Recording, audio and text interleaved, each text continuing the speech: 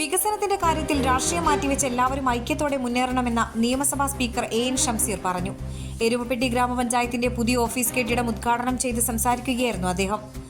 ജനസൗഹൃദമാക്കി പഞ്ചായത്തിനെ മാറ്റാൻ ഉദ്യോഗസ്ഥരും ജനപ്രതിനിധികളും ഒറ്റക്കെട്ടായി പ്രവർത്തിക്കണം.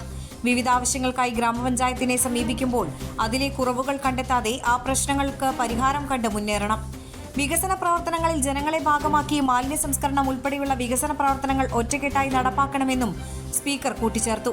25,210 ചതുരശ്ര അടി വിസ്തീർണത്തിൽ വിഭാവനം ചെയ്തിരിക്കുന്ന കെട്ടിടം യാഥാർത്ഥ്യമായതോടെ ഗ്രാമപഞ്ചായത്തിന് കൈമാറി കിട്ടിയ സ്ഥാപനങ്ങൾ ഉൾപ്പെടെയുള്ളവ ഈ കെട്ടിടത്തിൽ പ്രവർത്തിക്കും. വിവിധ ആവശ്യങ്ങൾക്കായി ഗ്രാമപഞ്ചായത്തിനെ സമീപിക്കുന്നവർക്ക് അത്യാധുനിക സൗകര്യങ്ങളോടെയുള്ള മുഴുവൻ സേവനങ്ങളും ഇവിടെ നിന്ന് ലഭിക്കും.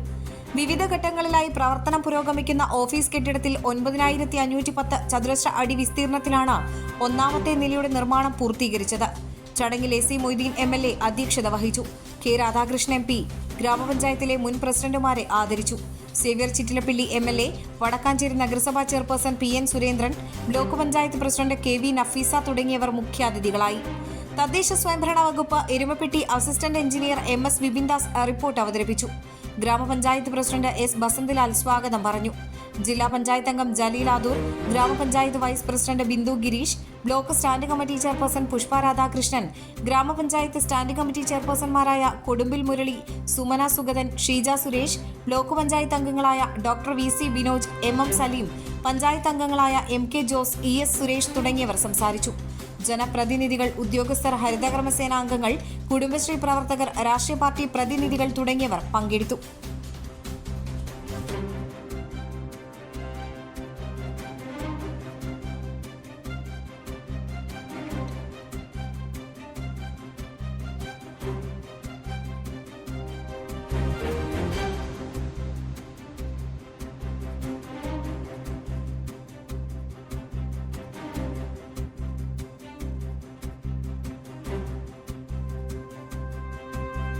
Thank you.